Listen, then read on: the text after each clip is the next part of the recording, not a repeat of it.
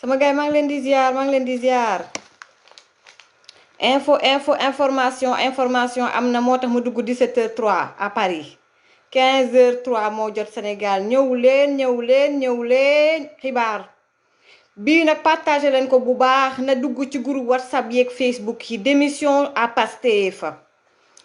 une nouvelle démission à Pastef gars yi maa ngi leen di ziar leen di nuyu bu baax a baax. tey moom passé wu ma sax bii ndax yàkkamte nettali gars yi def leen ay kër ndax ñi ngi bëgg a saboter live bi def leen ay kër Cheikh Ahmed Tidiane Sall maa ngi lay ziar la nuyu bu baax a baax Ramatoulaye Sarr Astou Bey El Hadj Dim ñu ngi leen di ziar ku dugg partagé Michel Guéry information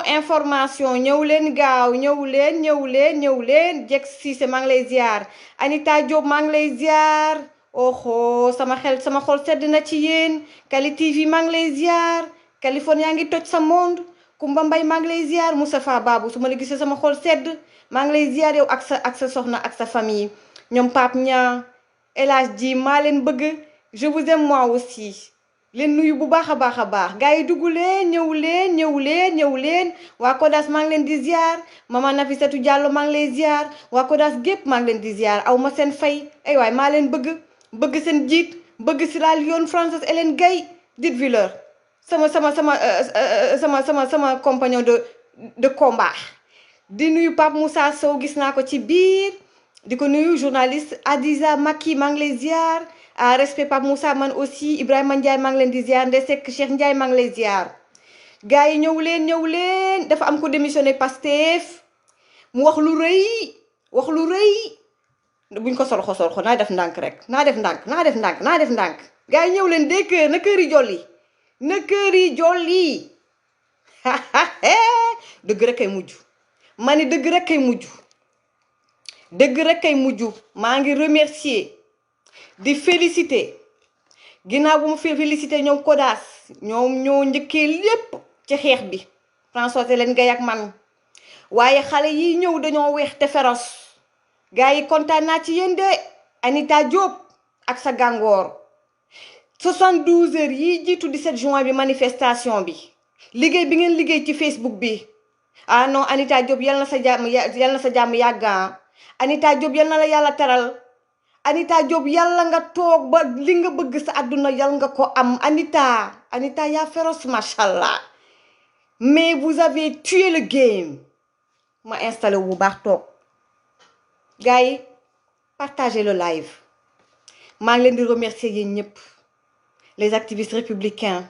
ñoom Anita yéen ñëpp ku lim juum waa Kodas maa ngi leen di remercier waa Jubbanti maa ngi leen di remercier ñoom Ahmed Seck waa Aar coalition Aar Sénégal maa ngi leen di ziar tous les activistes yoo xam ne aussi maa ngi leen di suivre ñoom Soya Diagne damay ree moom ci humour bi lay dox non fu mu nekk nii on a récupéré les réseaux sociaux sama gars yi nañu booloo nekk benn sénégalais yaa ngi yeewu li xew 17 juin dafa ñu gën a war a dolli jom ak fulla ñu gën a dékku les insultes dékku les menaces dékku diffamation bi nga xam ne waa kër Ousou Bébé moom lañ ñuy teg depuis plus d'1 an sama gars yi sénégalais yaa ngi yeewu 17 juin lu Ousou Bébé bëggoon amul sama gars yi ñu ngi nag rendre hommage moo tax tey mënuma sàllar ñi ko nu mu bëggee woon ndaxte y a eu des morts kon ñu ngi xalaat di ñaanal ñett ñii gaañu ñu ngi mastawu seeni famille ñu def ndànk rek buñ ko sorko sama gars yi partagé leen live bi ma jox leen démission yi bu spectaculaire waa ji nga xam ne mooy responsable Pastef nekk ci Biscuiterie yi moo démissionné léegi ñu jox ma information bi waa ji déclaration ba mu joxe moo rëy ndax ndekete la ñoom Bax Jaxate doon wax ak Anita Diop ndekete dëgg la ndekete woo waa MFDC le procureur wax ne dañoo jàpp benn ay rebelle yu bëggoon bokk ca 8 juin ba mbir mi firndeel nañ ko de waa Pastef ku bokk ci biir Pastef moo démissionné avec fracas di secrétaire nag bokk ci responsable yi ca Pastef Biscuiterie yi nekk nag dispositif bu am solo ci Pastef foofu ca Ndakaaru moo démissionné nii def déclaration ne moom dafay def politique xeexul Macky Sall day xeex benn système dafa bëgg Sénégal changer teyit du nangu xeexam MFDC di ci langaamu wax ju rëy ji maa ngi leen jox léegi buñ ko sor ko partagé leen lii waay partagé leen lii su ko defee nag sama gars yi ñu ñëw ci les dernières informations ñëw ci démission bu bees bii ñëw nag di def un récapitulatif de ce qui s'est passé ci 17 juin bi manifestation bi fiasco total Ousmane Sonko joxloon ko ay garab ndax fu mu nekk ni léegi mu dépression xol bi jeex na il est déçu il est esselé dee leen koy garde di ko xool mbartak bu wéetee moom kese day xaru xool leen Ousmane Sonko dee leen koy garde di ko seetlu xolam jeex na week-end bi moom échec sur échec bu ñu jógee ci manifestation bi ñu ñëw nag ci Bercy le grand Bercy 2022 Youssouma Jigéen Ndour fierté de tout le peuple sénégalais fierté de l'Afrique joxati na maanaam échec bu cuisant waa Pastef dañoo bëggoon boycotté balaa boycott bi dañoo bëggoon maanaam saboté Bercy bi dinaa leen wax naka lañ ko bëggoon saboté waaye xam ngeen ne Youssou Ndour leen mag ay waay du ngeen ay wuyu waay ay waay réewu leen sax bëggoon koo saboté affaire bi échec ñu woote boycott Sénégal àdduna ñëpp ñëw wuy si ko ndeysaan Ousou Bébé tojootoo fenn sénégalais yi déglootuñu leen lijjanteetuñu leen Ousmane Sonko daal def benn tweet sénégalais yi ñëpp les jeunes déchaîné wu ci moom ne ko les morts c'est à cause de toi tu dois la fermer nga may ñu jàmm fitnaal nga ñu équipe communication Pastef nekk di supprimer message ya di bloquer gars ya di effacer commentaire ya Ousmane Sonko les sénégalais yeewu nañu bu ma ko sor ko gars yi partage leen live bi waaw kay su ma jógee nag ci Bercy bi ndaxte tout simplement Youssou Ndour dafa sol yëre militaire su ko neexee rendre hommage les forces de défense et de sécurité ñun ñëpp a leen di rendre hommage bu ci kanamee dinaa leen rendre hommage bu soobee yàlla rendre hommage général Moussa Fall rendre hommage ministre de l'intérieur ne président Macky Sall ñun dañoo tiitoon defe ne l'état du Sénégal est faible devant Ousou Bébé ndekete Macky Sall nag président Macky Sall gaynde la kenn du ko yee waaw kay ngeen waxoon ni président Macky Sall bu ragal la tapet la yéen a ko wax de seen wax la bu manifestation amee day jël avion dem président Macky Sall toog le 17 juin jàkkaarloo ak yéen di doog daagu ndànk biir King Fahd Palace sol costume bu baax teen bu baax teg ci tukk sourire may la ma tuuti ma ñëw buñ ko sol ko gars yi partagé leen live bi su ko defee nag ma jël nag comme invité tey suñu journaliste Seydina Seck di sama xarit donc woo ma sànq ne Seydina Seck nee na bëgg na def analyse ci situation bi ba pare nag wax ak waa société civile ndax xam ngeen ne kii di Birahim Seck forum civil parfois tu es bizarre parfois tu es louche jot na nag ñu wax ak société civile bu Sénégal waaw kay Birahim Seck je t'apprécie beaucoup mais Birahim tu es louche tu es devenu très bizarre buñ ko sor ko may leen ma tuuti rek ma jox leen d'abord information à chaud fii la mbaa pare ngeen teg leen café Touba gi teg leen maanaam chips yeeg lu ngeen am rek lu ngeen di sàqami teg leen gerte caaf gi gerte kemb gi rek ngeen déglu ma mati 3 pommes ndaw te làmmiñ bi rëy waaw kay kon ma ñëw nag ci démissionnaire bi d'abord donc le démissionnaire c'est un gros poisson li ñu naan gros poisson c'est un gros poisson un instant waa ji mi ngi tudd Doudou Mané nekk Biscuiterie Doudou Mané mooy secrétaire général de Pastef les Patriotes foofa ca Biscuiterie moom démissionnaire wu rek yem ca may leen ma ñëw foog ma def ko ndànk donc Doudou Mané c'est un gros poisson secrétaire général de Pastef Dakar coordonnateur de Pastef Biscuiterie exactement c'est ça donc je répète Doudou Mané secrétaire général de Pastef Dakar coordonnateur de Pastef Biscuiterie dinaañu fexe ba moom communiqué bi di ngeen gis dina tas ci internet bi dafa def benn communiqué mu ne may leen ma wax ko nànk rek ci tubaab après ma tekki leen ko ci olof mu ne j'ai le choix gudd na mais fin bi man moo compine taas mu ne j'ai le choix d'être libre et de continuer à suivre mes convictions. Il ne faut surtout pas accepter du n'importe quoi, surtout l'histoire se répétera. mu ne Ousmane Sonko m'a déçu. Tout le monde est comme lui à Pastef. Des hommes mauvais. Des hommes mauvais.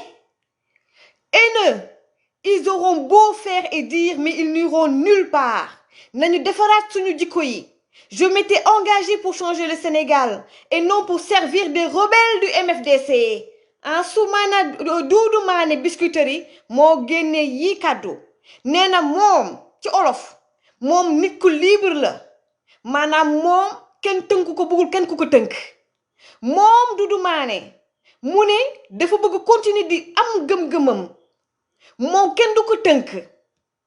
mu ne mënul accepter n'importe quoi te li nga xam ne moom la ñu bëgg Sénégal maanaam di bëgg di changer naan dañuy folli duñu fal dañuy folli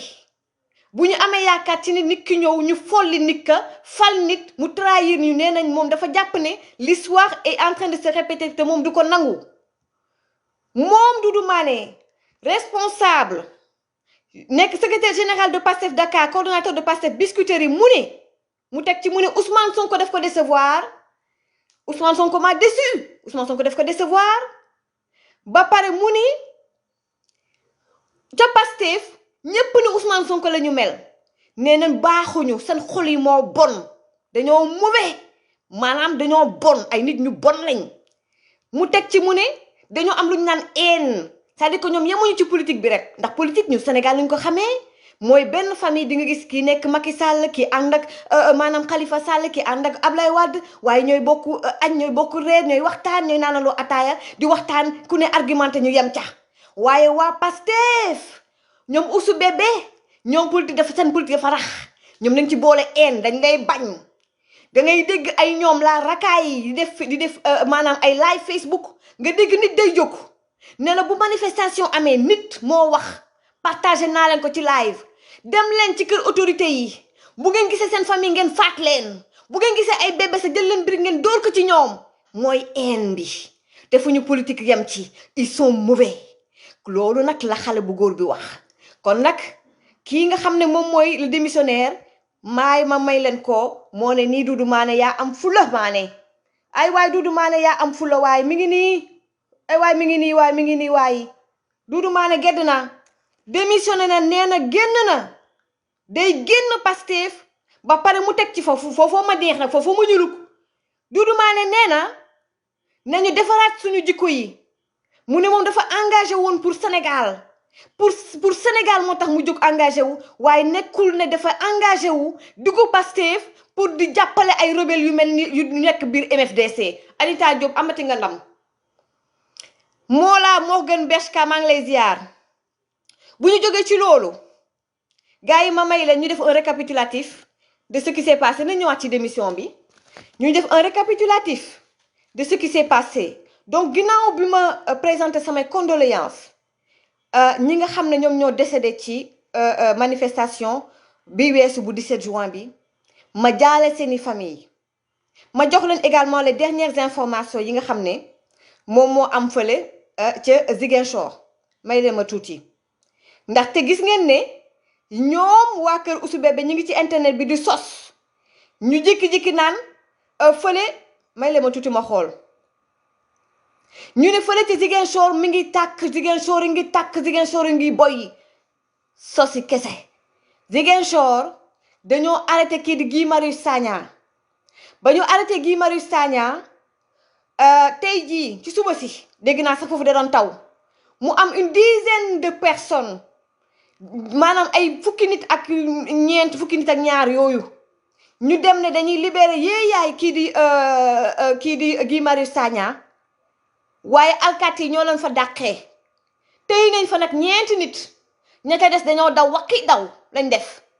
amul dara lu fa chauffé dara amu fa lenn xewut jàmm kese waaw kay bu loolu weesoo sama gars yi ma xamal la ñu def un bilan rapidement ci li nga xamante ne nii moom moo am le 17 juin ñu def un petit bilan sama gars yi am na kenn koo xam ne dafa décédé Dakar wutu Masalikul Jinaan communiqué baa ngi nii yi ñëpp gis ngeen ko communiqué baa ngi nii yi ñëpp gis ngeen ko xale bi nga xam ne moom moo décédé te Ndakaaru côté bopp wutu Masalikul Jinaan xale bi ci boppam manifestant la maanaam ba Ousmane Sonko defee appel def live manifestation 17 juin dëgg la moom Ousmane Sonko signé wul waaye Ousmane Sonko manifestation 17 juin sa gémmiñ la njëkk a génnee manifestation 17 juin maa nga ca ñëw xale bii nga xamante ne moom moo décédé ca militant yàlla gi la bokk gannaaw appelu Yewwi Askan Wi avant appelu Yewwi Askan Wi moom Ousou Bébé moo taxaw live Facebook ne dañuy manifester le 17 juin résistance xale yi génn leen par la force dinañu résister foofu nag la kii gaañu déggee appel bi moomu génn këram yore essence bëggoon a taal ba mu bëggee taal ay pneu defe naa mais dafa bëggoon taal mbir mi tàkk ca kawam ndax essence ba kii ca yëre ya mu tàkk jëppit comme quoi ay du yem ci bopp yi borom c'est symbolique fa mu décédé ci wutu Masalikul Jinaan la kon nag moo tax ma ni leen may féliciter Bamba Fall maire Médina may féliciter Bamba Fall def leen ay cœur pour Bamba Fall may féliciter Bamba Fall bu baax a baax des cœurs pour le maire Bamba Fall ndax Bamba Fall moo fi njëkk a génnee nii moom goxam kenn du fa manifester benn samba boy du fa dugg di yàq moom la nga xam ne defar na ko population bi jóg ànd ceeg moom ñu daal di protéger Médina ñu gis ne nag am na ay responsables politiques yu bari gox ya ñu nekk ñoom it ils ont fait pareil peut-être que Bamba Fall moo ëpp visibilité mais gis naa ne am na information ni y a des responsables politiques yu nekk ci seen gox dañoo def la même sensibilisation jeunes yi génn kon ñuy ñaan encore une fois lii nag mooy dañu war a upgrade c'est-à-dire que xalaat nañ yoon wi réseaux sociaux yi raxas nañ ko téyewaat nañu réseaux sociaux yi fu ñu sosee ñu maanaam la minute qui suit ñu joxe dëgg bi fu ñu manipuler ñu joxe la bonne information sensibiliser ndaw ñi sénégalais yaa ngi yeewu léegi nag concrètement li ci des mooy bu ñu wootetee manifestation ku nekk responsable politique mooy imam muy notable quartier ya jóg leen ngeen wax ak xale yi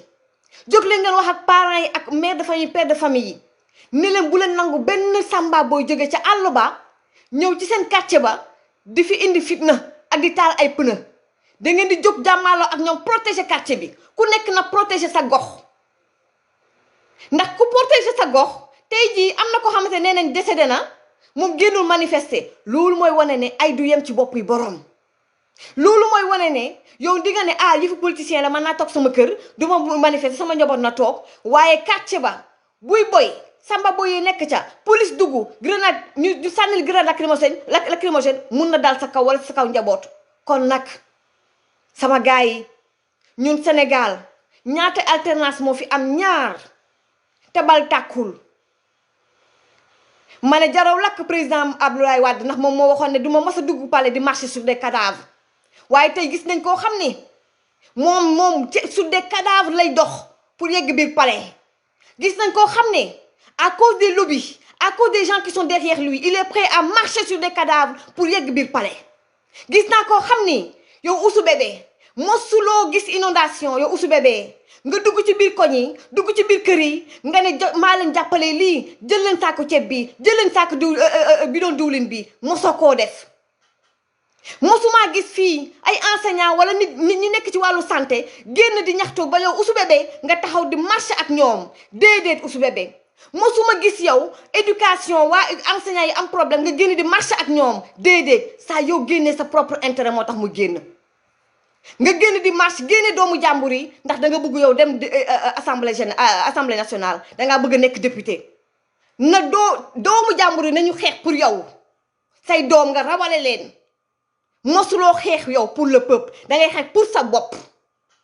ndax saa yow xeexee mbirum élection dama bëgg lii dama bëgg lële ba nga wootee résistance parce que dañ la jiiñ siif nga woone nit ñi nañu génn pour sauver la yow bouclier mosoo jàppale askan wi yow nekk nga dompat néew ñun ñi diaspora bi jóge ci Covid bi sonn lool nga naan cotiser leen jox leen ma waa Sénégal cotiser leen Sénégal neexul fépp a métti waaye cotiser leen jox leen ma jour 17 juin li ma leen di wax ni leen le gars il mange bluff il respire bluff il vit bluff Ousmane Sonko mooy nit kuy bluff c'est un lion en carton Ousmane Sonko doo tus Ousou Bébé doo dara ñun dañoo xam Ousou Bébé boo xam ne sans les caméras Ousou Bébé mi jaay guerrier ci kanamu caméra bokkul ak Ousou Bébé mi nga xam ne ñun xam nañ ko dama bëgg ngeen dagg bii yónnal ma ko Ousou Bébé yow ba jaxate dégg naa yaa yónnee woon vidéo Ousou Bébé muy si mu commencé paniquer daggal leen ma bi yónneel ma ko Ousou Bébé gëmuloo Sénégal gëmuloo kenn sa bopp nga gëm yow doo dara doo tous tapet nga Ousou Bébé mii doon jàpp di saaga policiers yi di saaga gendarme yi Ousou Bébé tey ba mu bëggee doomam ak soxnaam génn mu rawale leen moo nekk di maslaa ak policiers yi di diw bër bi policiers yi moo nekkoon di naxanteeg policiers yi te démb ak barki démb yaa leen doon xas di leen saaga kookoy Ousou Bébé day yuuxu ci kaw di négocier ci suuf il est faux il est hypocrite Ousou Bébé ci boppam gis ngeen vidéo bi pour que moom jabaram ak doomam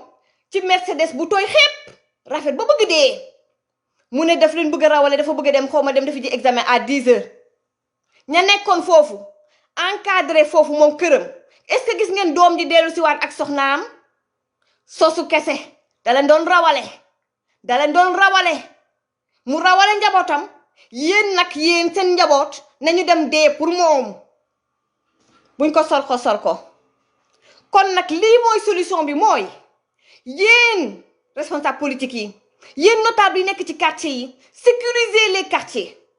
bu leen fexe ba mu am ay samba buy dugg ci biir quartier yi pour def sa naka sa du noonu ñoom ñoo woote place de l'Obélisque ñoom ñoo woote place de la nation tëj leen seeni kër tëj leen quartier yi moom Ousou Bébé na wàcc ak njabootam ak ay militants dem fële ca place de la nation fële ca place de l'Obélisque mu defante ak policiers yi bu dee góor nga yow Ousou Bébé yaay faral di wax ne si tu es garçon bàyyi doomu jàmbur yi ci biir quartier yi si tu es garçon yow Ousou Bébé jëlal sa njaboot jëlal say militants ak ñoom Bassirou Diomaye Faye ak ñoom El Malick le guignol de Pastef ngeen dem ca place de l'Obélisque ngeen defante fa ak alkaati yi ak waa BIP ba xam yow général Moussa Fall fu mu mujj ak yow ñu continuer kon may remercier le ministre de l'Intérieur di ko féliciter di gis naa yenn journalistes yi am na si ñoo xam ne dama leen ruus dama am seen kersa parce que ñu ma respecté lañu ñoom it dañ ma respecté waaye ne soyez pas naïf mënuma comprendre ngeen ñëw ne waaw kenn warul rendre hommage aux forces de défense et de sécurité waaw kenn warul rendre hommage au général Moussa Fall waaw que manifestation waroon nañ ko autoriser moo gën lii et tout cela ne soyez pas naïf ma commencé pour lu tax tey dañu war a rendre hommage le ministre de l'Intérieur monsieur Antoine Diome man dinaa rendre hommage également le général Moussa Fall dinaa remercier les forces de sécurité de défense et de sécurité ndax bu du woon ñoom la mbay ñaaw te y a eu 3 morts bu du woon ñoom y aurait mais drame bu extra y aurait plus de morts ndax moom li mu bëggoon moom Ousou Bébé mooy instaurer le chaos au Sénégal qu'il y ait des morts adduna bi ñëpp duñu joobee télévision yëpp duñu joobee comme au mois de mars 2e vague la fi bëggoon ils ont limité les dégâts bu leen ñëw mukk naan autorisé woon ngeen ko il faut l'autoriser cette fois-ci non d'abord c'est la loi Ousmane Sonko moom mooy kan ba du plié wu à la loi moom mooy kan bi di dicter moom sa propre loi au Sénégal moom lu tax mënu woon xalaat ni ba mu ñaanee ñu may ko bu ñaanaate buñ ko may moom moo war a toog bàyyi ba beneen yoon waaye xam ngeen lu tax moom Ousou Bébé day signaler droite jàdd gauche mag yi nekk ci ginnaaw di yappale ci ginnaaw Ousou Bébé di sonko lu ñooñu laa yërëm Ousou Bébé maa leen di wax man sama tonton yi sama tata yi di toog di seetaan live bi ngeen toog seen buntu kër yi di toog di ataay di seetaan sama live yéen laay waxal ñi nga xam ne duñuy politique ak sama moromu ñees yeeg nëba yi yéen laay waxal. gis ngeen ku leen ne waroon nañ ko autoriser maa leen di expliquer moom day wax ju rafet ca kaw Ouzou Bébé muy jëf leneen contraire ba ci suuf tey buñ ko mayoon lii chaque vendredi mu woote manifestation def ko genre place Tahir comme lii xewoon fii ak gilets jaunes yi mu def ko fa dina dem ba 200 000 bu ko defee chaque vendredi nañ dem ba dina am presque 200 000 personnes ya mu soxla rax ca dolli moom manifestation rek taxu koo jóg de déedéet ay manifestation dinañ dem ba mu créer ay incident ci incident yooyu dina am ñu rax ci manifestation bi mu am nit yi ñu fa rey moor yooyu lay jël imputé ko président Macky Sall imputé ko également les forces de l'ordre imputé ko état du Sénégal ñu daal di ñëw nag susciter nag la colère des Sénégalais pour créer une révolution bàyyi leen gars yi di fooy seen xel mi du manifestation kese de dafa bëggoon chaque vendredi mu fay def foofu ca place de l'Obélisque ñi bëgg remoulement da ngay toog ba benn moment dañ fay def tax maanaam comme gilets jaunes yi dañ dem bu mujj gi artistes yi dañ fa doon def ay concert ku wéet sax ne naa dem ca Paris ca manifestation ya pour buruxlu loolu la bëggoon capitaliser loolu nag rebelle ñu jàppoon ñu créer ay incident faat fa ay nit ñu imputé ko état bi sénégalais yi mer dëkk ba boy loolu la li ñu ne waaw pourquoi ñu bàyyiwu leen ko mu dem jumaa déedéet dem jumaa taxul woon jóg Ouzou Bébé yéen tamit Ouzou Bébé ngeen defe toog noonu rek àjjuma jot noonu rek mu sol de grand boobu bu weex donc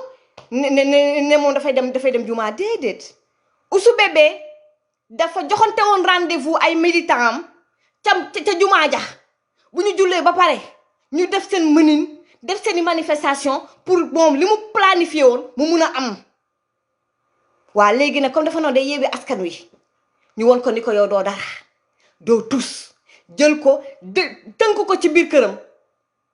njabootam kenn nekku fa mu rawale leen moom kese ci biir kër ga mënul fex ba yeewi boppam da nga yeewi askan wi da ngay dem déloger président Macky Sall yow sa bopp mënoo génn sa biir kër balaa may dee ay militants nee nañu waaw il est responsable ndax mënoon na woote gars yi ñëw fekk ko fa dañ koy déloger par force dañuy xeex feni neen sosu neen du dëgg amu leen fit bi dafa ragaloon ku ko arrêté Ousmane Sonko tapet la dafa ragaloon ku ko téye moo tax wootewul ñu tënk ko ca biir kër ga looluy dëgg ñu continuer Ousmane Sonko sama gars yi ma won leen juste rek li nga xamante ne nii moom la xale yi yore woon pour taal Sénégal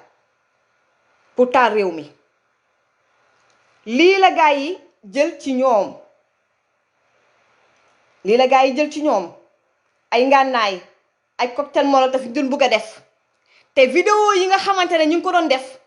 pour préparer ay cocktail molotov ñoom militant u Pastef fii moom Ouzou Bébé ak waa Pastef gis nañ ko waaye Yewwi Askan Wi gis nañ ko dama bëgg ngeen denc loolu nag comme manifestation pacifique taxu leen a jóg am na ñi nga xamante ne téye nañ leen ci Rufisque may leen ma tuuti rek ma jox na yenn information yi à hauteur de Rufisque téye nañ fa def nañ fa 4 arrestations kenn ki mi ngi tudd Ndaw agriculteur la ak ku tudd Njaay di taximan Guèye agent de sécurité ñu fekk leen fa ak ay ngànnaay kon manifestation pacifique taxu leen a jóg dañuy signaler droite jàdd gauche kon nag man maa remercier man maa rendre hommage général Moussa Fall man maa remercier man maa rendre hommage kii di les forces de défense et sécurité ak le ministre de l'intérieur di remercier le président Macky Sall bokkuma sa parti politiquement waaye suñu cri de cœur ci déglu nga ko yow yaa yor suñu kaaraange yaa ñu war a sécuriser yaa ñu war a jàppale ci Ouzou Bébé dafa bëgg a taal Sénégal suñu sécurité yow yaa ko yor kon fini la récréation doo dàq bi ak Ouzou Bébé moo doy xuur mbege bi moo doy waaw kay Ouzou Bébé na di nga xam ne ah waay président Macky Sall du xuur mbege waaye moom ak loolu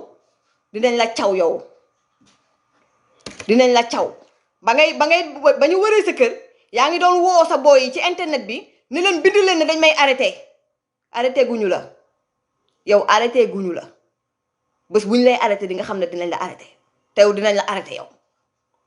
may leen ma continuer ñëw ci Casamance mi ngi def lu am solo lu ñëpp doon ñaawlu moom Ousou Bébé parce que gis ngeen ne def na après la manifestation xolam jeex mu ñëw may leen ma tuuti rek parce que lii foog ma ñu bennal ko mu ñëw def déclaration daal di ne saa yu ñu manifestation amee bu ñu tiire ay balles réelles rek ci waa Casamance lañ koy tiire instant boobu xam nga lu mu doon joué maanaam xam na ne Casamance la situation bu précaire parce que dañoo jóge ci ay ati guerre civile métti woon na daal mi ngi bëgg a créer maanaam frustration bi nga xam ne yenn Casamance yi amoon nañ ko mu ngi bëgg a réactiver loolu pour mun a toujours esprit séparatisme boobu moo nekk ba tey ci moom. Ousou Bébé moom diviser pour régner. Ousou Bébé ma xamal la ni la Casamance naturel Ziguinchor la Kolda Sédhiou Casamance y a plus de 11 ethnies wala une dizaine d'ethnies. Casamance pël yaa nga ca soose yaa nga ca joolaa yaa nga ca Casamance pël yi ñoo ëpp sax booy xool tegu ci soose yi ak joolaa yi. Casamance ngay gis pël ak joolaa di sëy. Casamance ngay gis cimetière boo xam ne chrétien musulman ñoo koy bokk. Ousmane Sonko taal tuuti nga ci taal Sénégal buy wax danaan Sénégal ak Casamance. Sénégal dama bëgg Ousou Bébé nga arrêté Ousou Bébé arrêteel munoo taal Sénégal munoo xaajale Casamance ak tamit le reste du pays. xam nañu ce jeu bi ngay joué te sénégalais dofatuñu. may remercier encore une fois nag activistes yi ak yenn nit yi sénégalais simple yi nga xam ne ci internet bi dañ ko ñaawlu encore une fois. kon nag gars yi bu ñu jógee ci loolu may leen ma tuuti rek ma ñëwaat ci beneen mbir. Ousmane Sonko ba muy def déclaration am na ci benn déclaration mi ngi doon ñëw di garaawlu daal di ne waaw moom la xew Paris Macky Sall ba mu demee Paris le président Macky Sall ak la première dame nee na moom Ousou Bébé moom Ousmane Sonko la fa xew yépp Paris moom xam na ko que waaw am na ñu koy informer moom ci moom côté am waaye moom it infiltré na le camp présidentiel. da nga doon meew Ousou Bébé xamoo dara xamoo tus la nga xamoon ak ña la doon informer xamatuloo dara. dama bëgg yow Ousou Bébé xam naa ne danga may seetaan te yow xam nga ne xam naa la Ousou Bébé je te connais xamoo tus instant bi man xam naa ne xamoo dara xamoo tus ña la doon informer ñooñu paqueté nañ leen yàgg na da ngay raasaatu di jaay gër garaalu di gaynde lu pour sa militant yi pour ñoom ñu ngooy ba tey ci yow waaye man li tuuti li ma xamal ne état bi xam nañu lu ko raw ci yow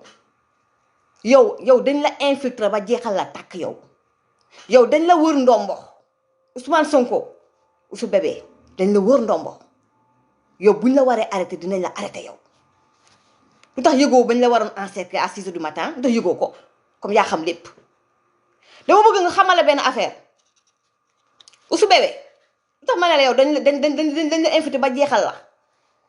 sa jànq bi nga am temps yii sa biir kër ka lay toggal ngay lekk di la defaral sa kër te xam nga ne yaa ko mag sa jànq boobu demal nga laaj ko dégg nga. Ousou Bébé ma ni sa chef de protocole ku njool kooku gudd lool sa chef de protocole boobu nee na sa nijaay la yaay bu dawee ci say course ba pare ca kër jeeg jooju muy dem di teg bopp bi noonu ñu di ko raayal bopp bi demal nga laaj ko. Ousou Bébé yow dañ la wër ndombo ma bamtuwaat ko sa chef de protocole ak sa jànq demal nga laaj leen. moom sa chef de protocole moom ci boppam bu jógee ci yow fa muy dem te jeeg ba muy dem di fa noppalu di fa tuuti kii demal nga laaj ko. Ousou Bébé ña lay garde sa garde corps yi xam nga am na ñu ci téye woon waaw am na ci kenn koo xam ne oo ko ci ruq nga laaj ko te yàlla ak moom sax moo tax mu demee nii ak sa garde corps yow xamoo dara xamoo tous tu bluffes tu n'es rien doo dara te dinañ la arrêté yow xam nga ne dinañ la arrêté yow doo taal Sénégal balaa may jël sama invité di wax ci Youssou Ndour ak Bercy bi Ouzou Bébé yow da nga defee ne yow président Macky Sall ngay xeexal xeexoo président Macky Sall de xeexuloo ak président Macky Sall yow système bi ngay xeexal système bi mooy xeex ak yow yaa dem ñuuxu système bi yaa dem ñuuxu leen yow anti système yaa dem ñuuxu système bi di la fët yu graaw di la talaata saa su ne te xamoo fu muy jóge yow xeexoo Macky Sall président Macky Sall je le réitère yow système bi ngay xeexal waxoon naa leen Yewwi Askan Wi dafa am 3 gloria waaw kay chaque jour nag muy am luy firndeel la ma wax l'anti système yow Ouzou Bébé système bi ngay xeexal jamono ji loolu laa bëgg nga xam de métaphore la nag dama la cax ma bëgg nga jëli Barthélémy Dias mi doon garaalu tamit balaa may rendre hommage également le khalife général des Niassènes balaa ma koy rendre hommage ñëw ci Barthélémy Dias moo tax li nga xam ne loolu la kii wax Bamba Fall moom lay appuyer rek de résistance ba ca résidence ba Barthélémy Dias yow mi di gayndelu gaa sax moom guerrier la woon mais daf ci boole tuuti dose sonkulu ba nga toogee ca balcon wax sa baay dalaa woo sa baay miy liggéey ak Macky Sall dalaa woo nga wàcc déglu ko moo tax nga nekkat nit am na lam la wax moo tax bañ la interviewé nga ne di nga bàyyi policier alkaati yi def seen liggéey di nga bàyyi alkaati yi def seen liggéey waaye nervi nga bëggul mu dugg sa kër nga daal def maanaam tu as mis de l'eau dans ton bissap bul fàtte ne sa baay mu ngi liggéey ak président Macky Sall foofu laa yem ak yow gars yi may remercier khalife général Niassène yi bëggoon naa teg sax vidéo bi mu def mais il est 40 te dama war a jël comme invité Seydina Seck di remercier vraiment parce que kilifa noonu lay def des cœurs pour le khalife général des Niassènes gis naa ne nag waa kër Ouzou Bébé waa kër Sonko yi bu ñu publier vidéo bi waa kër Ouzou Bébé yi ñi ngi nekk di ko xas maa ngi jéggalu mais loolu mooy la réalité commentaire yaa ngi fii ñu ngi koy xas di ko yekk lu dara jarul waaye taalibe yi Niassène yi bu leen topp ñoom xas nañ ku ne saaga nañ ku ne waaye yow le khalife général des Niassènes jàppal ne sénégalais yi juste sénégalais yi les vrais patriotes ñu ngi lay gërëm yal na sa jàmm yàgg yal nga gudd fan toog fi di wax di génne di wax yu mel nii ndax wax na pour Macky Sall wax na également pour Ousmane Sonko ma leen di ñaan ngeen dem seetaan encore une fois le khalife général des Niassènes li nga xam ne dënk na ko président Macky Sall ak Ousmane Sonko jërëjëf Niass yal na sa jàmm yàgg yal nga fi yàgg te wér di remercier tous les chefs religieux sans exception ndax tamit ma fàttali leen ni te yéen waa Anita ñoom Anita Diop bu leen fàtte loolu temps yi Ouzou Bébé dafa jël benn mbir mooy dañ may saaga dañuy dugg sama vie privée te ñëpp xam nañ ne ñoom seen mënin la depuis 2018 2019 ñoom ñoo koy defee parce que jamono ji gars yi dañ commencé di fayu comme ñoom mu metti ko dama bëgg ngeen yëggee chef religieux yi ni leen jamono ji du Macky Sall lañ war a waxal sax nag dëgg bi mooy moom Ouzou Bébé lañ war a waxal dañu bëgg mu xam ni Sénégal ñun lu ñu xam mooy dem voter dugg ca mbañ gàcce ga nga voter kala neex kala sax boo bëggee changement ñun xamuñu changement par force xamuñu dem naan ñu ngi dem jëli ji Macky Sall président Macky Sall génne ko palais par force fii Sénégal du Mali Sénégal du Côte d'Ivoire nañu xam ne kan lañu war a waxal jamono ji mooy Ouzou Bébé nañu may jàmm ma jeexalee ak tamit ki nga xam ne moom mooy Youssou Ndour dara jaxe na Bercy toj na Bercy macha allah def na mëninam ma xamal leen ni waa kër Ouzou Bébé avant Bercy bi man dama ko jot ak d'autres journalistes également jot nañ information bi que ni dañu bëgg a saboter Bercy bi naka la ñu bëggoon saboter Bercy bi gis nga ni ñu defoon Fally Ipupa à Paris ñëw def seen manifestation yuuxoo ko wax ci Youssou Ndour presse bi ñëw ñu wax ci Youssou Ndour yàq daram sur le plan international. Ça, ce qu'il voulait faire, ça a une communication, comment on appelle ça, il y a une façon de le faire. Guy Marius Sagna, il le fait souvent. C'est des coups d'éclat. Dañuy ñëw benn dizaine de personnes wala vingtaine de personnes ñëw regroupé wu yore seen pancarte xas Youssou Ndour yàq Youssou Ndour saboté maanaam taachal bés bi loolu lañ bëggoon waaye xam ngeen ne yéen tam Youssou Ndour moo leen mag Youssou Ndour carrière am yëpp épreuve yu mu traversé yëpp ay gone yu ndaw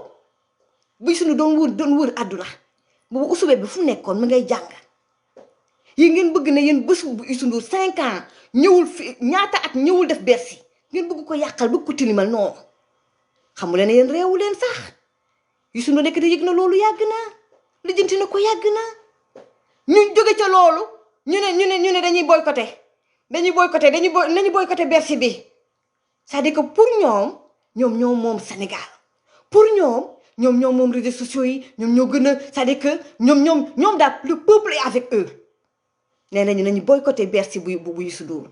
démb ci guddi balaa may tëdd dama ne du ma tëdd mukk te xaw ma Bercy bi nu mu demee man du ma déglu sax mbalax man rek laay déglu waaye lu la naqari lu naqari Ousmane Sonko neex na ma lu naqari waa Ousou bébé wala rakaay laa lay Sonko booy sax neex na ma dañoo xamante dëgg nag Youssou Ndour même boo déglu musique am ñun bañ nekkee gone dañ doon déglu musique am c'est un monument ku ñu war a sagal la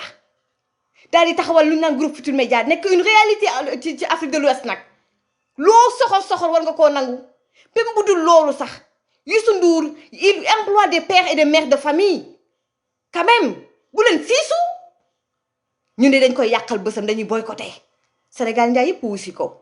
africain yëpp wusi ko Bercy bi fees tel sama gars yi ñëpp di xeex la Youssou Ndour dem ñëpp a partagé image yi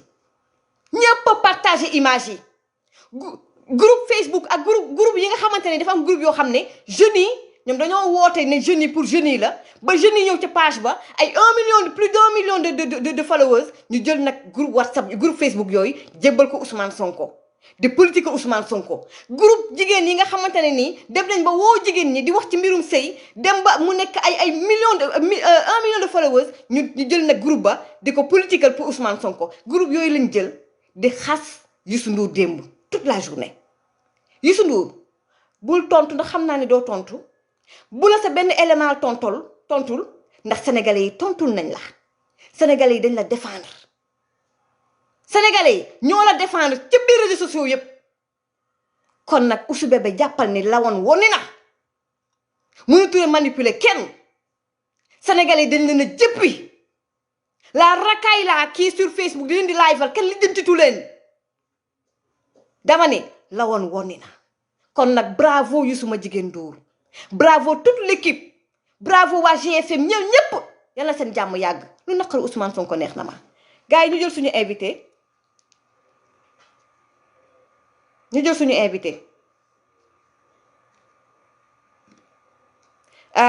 maa ngi bëggoon nag vraiment Seydina bu fekkee ne yaa ngi fii boo mënoon bind ci internet bi je suis là pour ma jël la ci directement ci internet bi carrément quoi envoyez ma invitation carrément sur le live sinon ma jël la directement comme ça may leen ma jël ko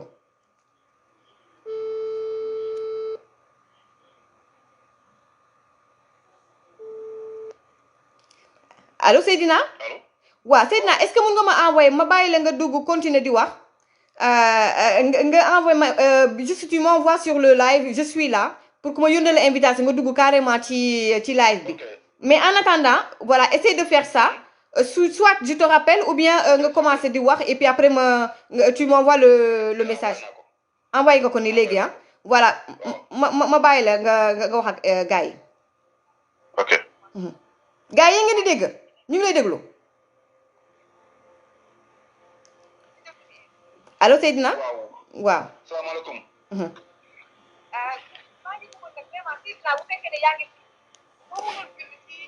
bon ñu ngi lay dégg dafa am retour bu fekkee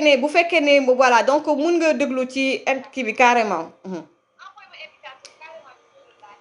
donc je coupe le WhatsApp alors waaw coupe le WhatsApp tu m'envoies un message en attendant Youssou Ndour man xam naa ne Youssou Ndour faalewu leen Youssou Ndour lijjantiwu leen sax lijjantiwu leen yéen tuuti ngeen pour naa yi ngeen di saboter ay Bercy Youssou Ndour te ba pare le peuple vous a désavoué moo tax Ousou Bébé fu mu nekk nii dafa tonk Ousou Bébé ci boppam sax nag balaa may jël Seydina Seck xam ngeen ne dafa rawale famille am xam ngeen ne kenn nekkul këram dégg naa nag ay waay tumuraanke gaaw dégg naa xale bu góor bi ndeysaan moom kese ndeysaan ci kaw lal ba soxna ya kenn nekku fa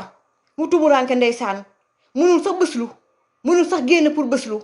munul sax dem ci xale yi ndeysaan pour ñu bës ko no chocolat menthe no chocolat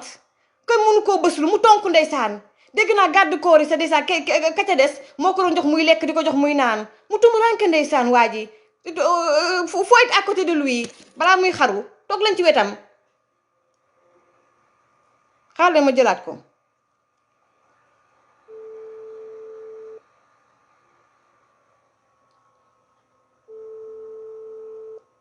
non dégg naa guddi gu metti la dund ah dégg naa jour 17 juin bi noonu guddi gi noonu ah Ousou Bébé dafa il était tout seul il s'est senti tout seul ah tout seul dans son lit ndeysaan le pauvre oui gisuma ko naa la bàyyi nga kii nga wax ak gars yi waaw moo tax mu nerveux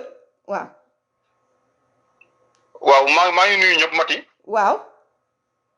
di rafetlu invitation bi di rafetlu aussi jotaay bi waaw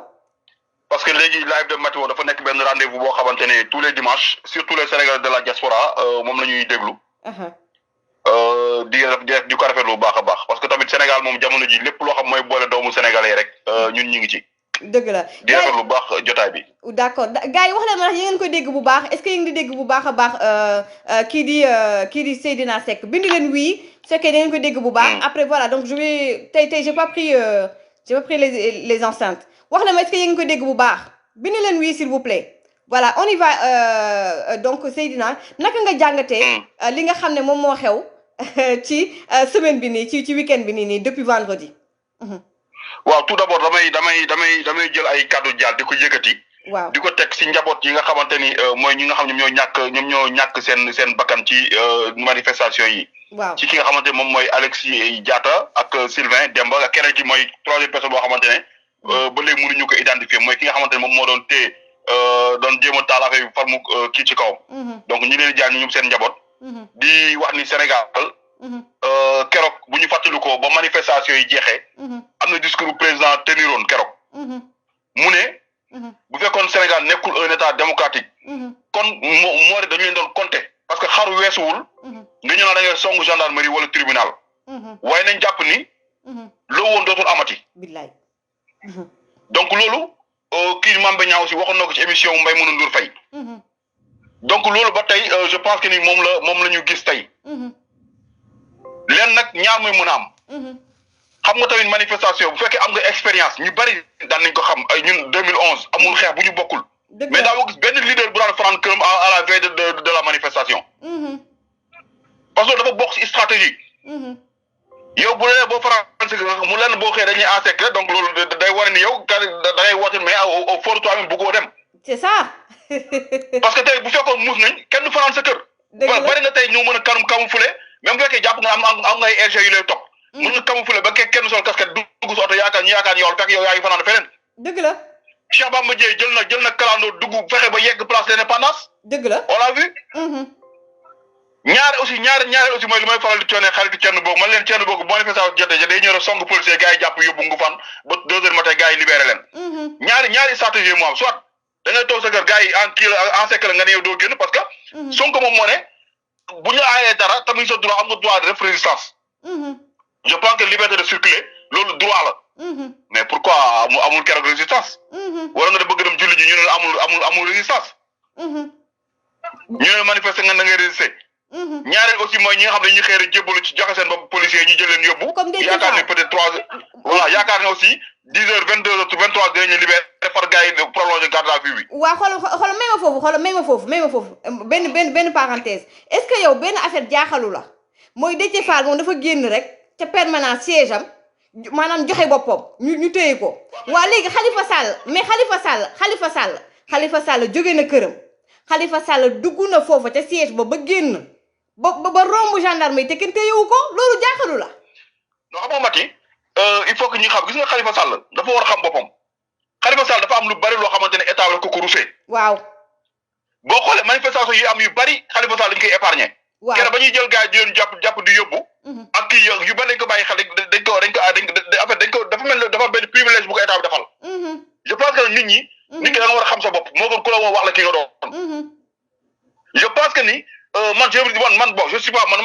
muy Macky Sall muy opposition man je m'en fous de man kenn du ma si ñoom. xam naa. mais dañu war a te yàlla tax. man je vois pas la place de Khalifa Sall dans Yewwi. billahi. parce que dafa am style boo xamante ne moom lañ ko jàngalee ci politique moom la daan jàngalee xale yi tamit ci politique. ndax l'école du parti socialiste Khalifa Sall moo ko yoroon. man je me rappelle ñun ba ñuy nekk primaire dañ naan ne école du parti. daan de mooy les pionniers. par mercredi soir dañ naan ne école du parti socialiste. donc am na lu bëri loo xamante ne ay valeurs yoo xam ne dañ ko def ci moom ci wàllum politique. dëgg la. donc parfois même parfois certains discours sax Khalifa Sall dañ koy xool da nga xam ne kii se sent un peu gêné. mais mënul bañ vraiment. parce que Barthélémy Diaz n'a pas fait l'école du parti socialiste. Barthélémy Diaz il est venu au PS ay après l'alternance de 2000. mais avant kenn xamuloon Barthélémy Diaz. dëgg la donc dafa ñëw fugam. moo tax boo xool nu mu mel noonu moom rek moo ko mel ci parti socialiste. dëgg la. donc je pense que nit ki nit ñi da nga war a ñu war a ànd ñoo war a ànd. dëgg la nit ki nag aussi bu ñu la rusee da ngay xam ne dañ laa rus. dëgg la. parce que yu bari dañ ko épargner. man lu ma doon xaar tey ndeysaan démb maa ngi naan xëy na kat suba dimanche on va vivre un dimanche mouvementé parce que dama doon xaar ni. peut-être kii di Barthélémy Dias ak Sonko. dinañ def benn délégation. comme ni nga defee woon ci mois de mars. def ne dañuy dem seet ji les blessés. ou bien les prisonniers. mais gars yi ba tey def nañ dañ leen a confiné. mais ba léegi sax est-ce que seetlu nga dara man de ngeen wax ma bu fekkee gis ngeen ko est-ce que am na peut-être que man maa ko gisu na un communiqué officiel de Yewwi Askan Wi buy vraiment rendre hommage ak aussi vraiment mastawu ñi décédé ak ñi blessé ak ñi am ay dégâts matériels yi est-ce que gis nga ko. non pour l'instant gisaguñ ko xëy na du ñàkk aussi peut-être dañuy xaar lundi noppalu tuuti lundi ñu jéem a def lu ñu mel mais lu ci mën a am daal mooy. population bi damay saluer seen engagement seen détermination certains jeunes des quartiers dans certains quartiers. pas-pas bu ñu am ne suñu dëkk kenn du ko yàq. man j'invite les jeunes de Colobane Centenaire Gibraltar ñu def pareil. waaw parce que tamit wax dëgg yàlla manifestation. lépp loo gis rek dañ ko war a waxtaanee. gis nga pourquoi ñu war a choisir les vendredis xam nga histoire vendredi fu mu jógee bu njëkk ay ñoom Latif Coulibaly ay ñoom Latif Jamra ñoom Sidy Lamine Niass dañ daan manifester jëm ci bu ñu bëggee sax ñàkkal fayda diine gi wala am yenn déclaration yoo xam dafay jëm ci prophète yonent yàlla sallallahu alayhi wa sallam waaw ñoom ñoo daan manifester loolu parce que bu njëkk devant RTS dañ daan manifester waaw te comme RTS dafa jege grande mosquée fa lañ naan def bu ñu jumaat ñu ñëpp ñu dajee RTS loolu mooy indi les vendredis mais rien ne justifie que vendredi rek la ñu war a manifester xale yi dañoo war a jàng ci école. billaay ay doomam jàngi moom. xale yi dañoo jàng pourquoi pas manifestation woote ko un dimanche. bu fekkee jàpp nga ne foo woote ni ñu wuy si la bés ba woote nañ ko woote dimanche. état bi tamit ubbi waxtaan ak ñoom. bu ñu ko interdit ñi nga vendredi wax dëgg yàlla am na ñu bëri ñoo xam dañuy wàcc bëgg a liggéey. nit ñi dañuy jàngi. léegi nañ leen xool leen dimanche bu fekkee ça vous arrange ñu encadré leen ngeen def manifestation pacifique ngeen def seen déclaration. waaw wala pare ñu encadré ngeen ñibbi. waaw léegi yow naka nga gisee également Birahim Seck mi nga xam ne ak surtout waa société civile c'est-à-dire ils sont bizarres en fait man je les comprends pas en fait parce que déjà dañuy commencer ci commencement bi c'est-à-dire que moom ba mu wootee mois de mars moom Ousou Bébé que ni ñëw leen résistance mortel combat alors que digganteem la ak Adji Sarr mënoon dem wuy ji ba mu am ay décès te yenn yi sax peut-être que yow doo ci mën a yegg mais man xam naa ne kii dugg na kaaf xam naa ne Seck dugg na kaaf man xam naa loolu. léegi nag viol am na ou pas loolu procès la mais loolu naka ngay mënee xam li xew parce que nag quand même ay boy Dakar lañu Birahim Seck xam na nu mu demee man y a des activistes yoo xam ne Seck dugg na kaaf diggante Adji Sarr Ousou Bébé mais viol bi lañuy laam-laamee naka nga mën a soutenir ku mel noonu ba mu am ay 14 morts mu jógee fa ñëwaat encore di wax ay am tenir ce langage là c'est-à-dire que l'État doit être ferme face à Ousmane Sonko. man forum civil seen position daf may jaaxal parfois. parce que je pense que ñoom bu ñuy xool ki nga xam ne mooy Mouhamadou Mbodj ñam si yàlla na ko yàlla yërëm moom moo ko créé woon bokkoon suñu ko fondé en 93. seen benn mission lan la woon mooy fexe ba lutter contre la corruption au Sénégal moo taxoon a jug forum civil. te ku nekk lutte contre la corruption yaa ngi wàllum transparence da ciy bokk. man je pense que ni booy jige càngaay da ngay seet ba pare. waaw. est-ce que forum civil mat yi. waaw mus ngaa dégg benn yoon. bu ñu waxee ni dañuy def état financier forum civil. déedéet. seen fonds de roulement par lañ koy jëlee est-ce que mus nga dégg benn yoon. ñu ne fii la seen ressource di jógee. te tey dëkk boo xam ne da nga am ressource naturelle pétrole ñëw gaz yu koy wax. ñu bari dañuy ñëw làqatu ci yenn organisation yi pour mën a am benn doole ci réew moom mooy taxaw ñu lay financer. exactement. donc forum civil dafay dugg ci yu bëri yoo xamante ne pour man nekkul son rôle. parce que manifestation jot. yow nga ne taxaw ne da ngay ñaawlu li nga xamante ne moo ci am. taxaw dal ci kaw dal ne waroo mën a gis yow taxaw mu ne la bon message boobu mën nañu ko lire. il n'y a qu'au Sénégal qu'on tue des jeunes lors d'une manifestation et l'on dit que la situation est maîtrisée par les forces de l'ordre. Non, la situation n'est pas maîtrisée, elle est juste déshonorante, la vie est sacrée. Donc yow loolu boo koy wax da nga war a wax ki nga xamante ne tey jii moo taxaw ne dem na ngeen dajji kër jàmbur yi fekk di ngeen ko fekk ay milliards. pour man foofu la coow lu jógee. ndaxte ki nga xam ne moo décédé xoolal dagguma la waaye ki décédé wutu bopp noonu wutu masliku jinaan xale boobu du policier yi ñoo ko faat xale boobu dafa doon taal ñoom na yàlla baal yal na ko yàlla xare àjjana waaye tamit xale la xam nga da doon jéem a taal far affaire bi tàkk ci kawam voilà te kan moo ko génnee Ousou Bébé moo appelé à la résistance. police génne na démb benn communiqué leeral loolu. kooku mooy corps boo xam ba léegi identifié wuñ ko mais je pense que ni mbir mi. da ngay xool ci source ba. la racine du mal mooy déclaration yi c'est certaines déclarations yoo xamante ne vraiment c'est irresponsable. munoo taxaw ne jeunes yi fekk dëkk boo xamante dafa fees dell ak chômeur. nit ñi sonn. nga naa leen jeunes yi kër responsable bu ngeen daj di ngeen fekk ay milliards ngeen jël yóbbu. billaay. génn leen ngeen manifester au moment où yaa ngi ne sa doom na nga dem école. ne doomu jàmbur yi génn leen. je pense que manifestation boo koy wootee Abdoulaye Wade. malgré son âge à 87 ans moom xaw ma 89 ans moom koy am. boo ko gay dafa jiite délégué dafa jiite marche bi. dem fokk barrière policière bi. ne waxoon nañ ko ba yegg si naa léegi nag sama jaan wàcc na. dëgg la. en tout cas boo koy da nga ciy jiitu. dëgg la Habib si toog këram naan ana booy maa booy yaa ngi yëngal. dëgg la c'est irresponsable. dëgg la man tout le temps j'appelle aux jeunes. gis nga nit ñi bu ngeen di manifester fexe leen ba ni ngeen di manifester tey jii ngeen am si njariñ. mais munoo taxaw tey jii yow nit ki xañ la sa teraanga ñoom aw mooy moo ñu ngi jël seen doom di leen yóbbu muy ko pouvoir muy pouvoir opposition. pouvoir dañuy jël seen doom yëpp di leen yóbbu ay Canada ay France ñuy jàngi. bëgg a salfaañee éducation nationale. de même que aussi leader yi dañuy jël seen doom di leen yóbbu école yi bakkan di Mercedes dernier cri. dugal sa doom ne dina fay jàngi Barthélémy Dias dafa jëloon doom dugal si ay Range Rover. ñeneen nen damay ànd ñëw tribunal ñeneen ñi taw topp sa oto di daw. billahi ci naaj bu tàng beeg ak ci lakk mooy kenn gënu fi ndey ndeyu kenn gënu fi ndeyu kenn. nañu nekk nit. dëgg la boo jiite dara ngay jël sa njaboot jiite bañ ko fi waxee ay ñoom Moussa Bagné dafa jëloon maa ngi fàttaliku place l'Obélisque. Moussa Bagné dafa jël ay doom ne sama njaboot a ngi nii ànd ak man. dëgg la macha allah en tout cas kontaan nañu lool. dëgg la. Moussa Bagné Habib Sy âge amu ko. dëgg la te mi ngi nii biir kër ana booy ñu ngi yëngal lan la bëgg booy yëngal na booy taal dëkk bi. dëgg la. dañoo bëgg booy taal dëkk bi. kuñ ci rey yaay perte. nee naa leen 14 morts yi deewoon mois de mars ba tey jii ana seen njaboot ana dégg discours yi ñu si teniroon yëpp. benn discours respecté wuñ ko ci. dara. ñoom ñoo perte jëkkër ñoo perte doom ñoo perte nijaay ak papa. dëgg la. ba ci les 14 morts yi deewoon en 2011 jàpp 2012. dëgg la en tout cas ñu ngi lay gërëm di la sant vraiment kontaan nañu lool ñu bàyyi la nga voilà sa kàddu gu mujj voilà en tout cas lu may wax rek mooy ñun Sénégal ñun ñoo ko bokk. benn dëkk la kenn mënu koo xar ñaar.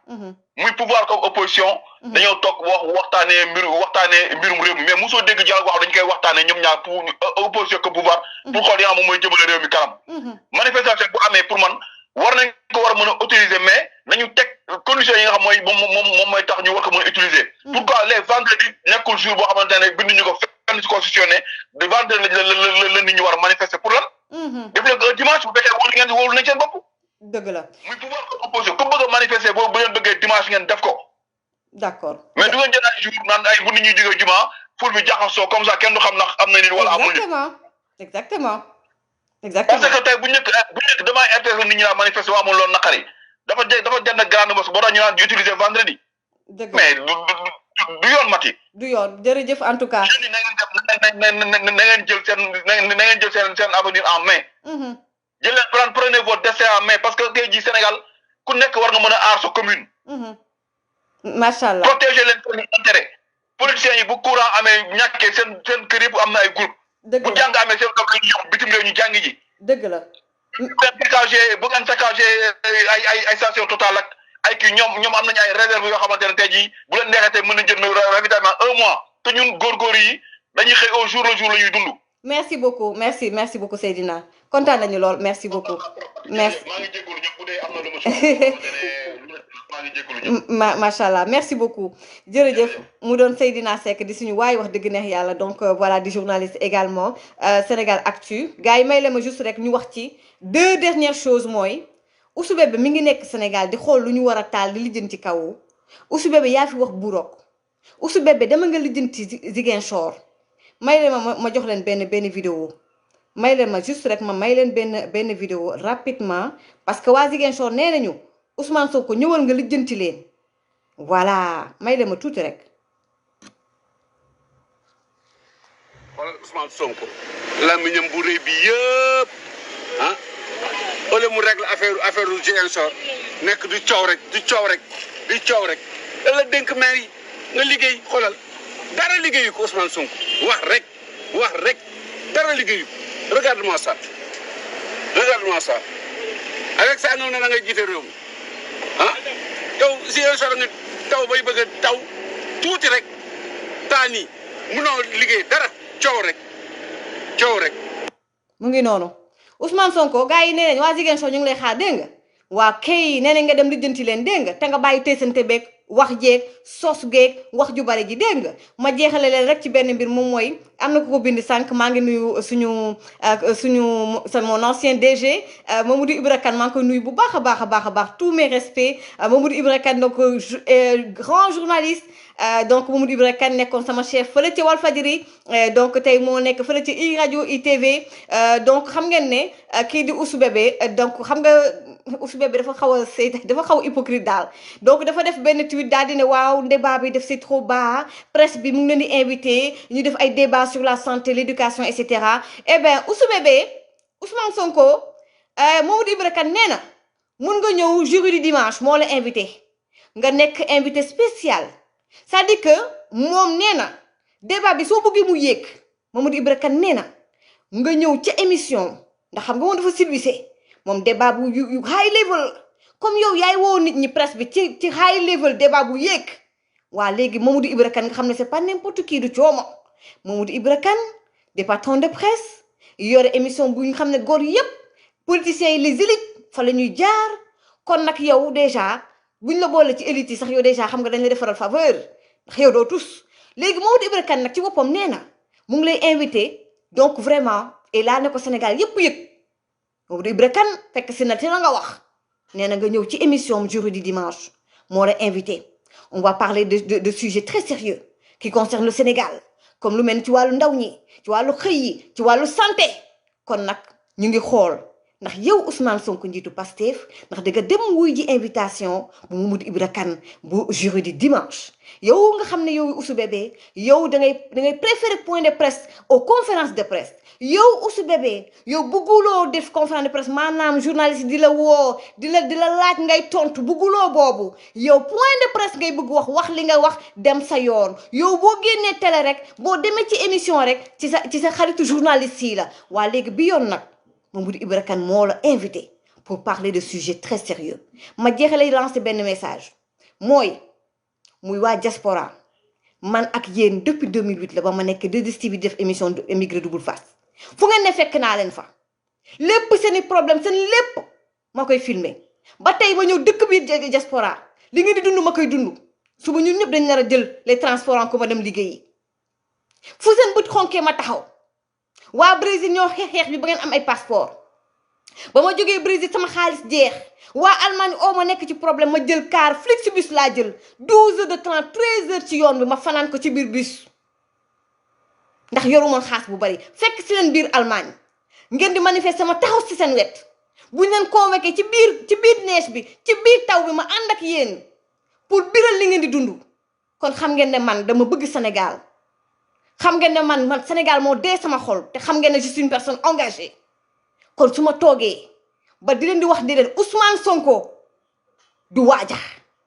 Ousmane Sonko li mu leen di dig nekkul ci moom Ousmane Sonko du waaja su ngeen bëggee la paix au Sénégal muytul leen ma Ousmane Sonko lii maa leen ko dénk